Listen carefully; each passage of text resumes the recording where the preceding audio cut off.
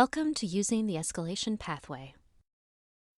It's common to feel hesitant and unsure about how to help a struggling student.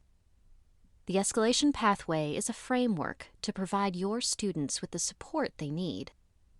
Today, we'll walk through the pathway, and later, you'll learn how to determine the appropriate steps to take. After recognizing that a student needs support, the Escalation Pathway helps you determine the appropriate next step.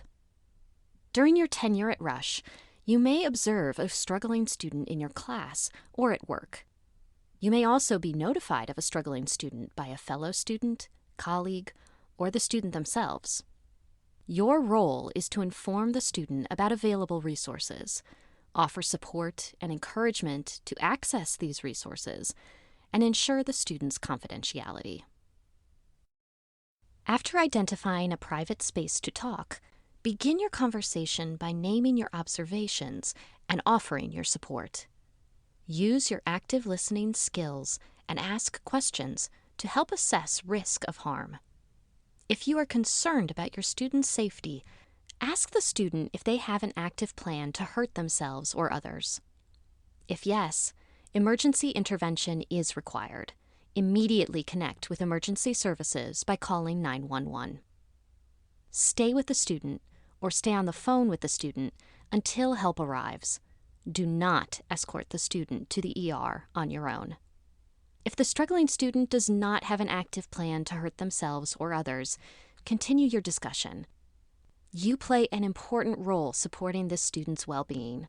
Support and advise the student based on the resources included in your toolkit, which can be employed to mitigate stress, depression, anxiety, and other challenges. If your student expresses a need for more formal support, they can access behavioral health support in the Wellness Center or by calling the Student Assistance Program. Provide these resources to your student. As you employ active listening skills, you will help your student feel supported and understand available next steps. If appropriate, discuss whether time away from their program would be beneficial. Remember, the student must decide whether or not to request a formal leave of absence or use other college-specific resources.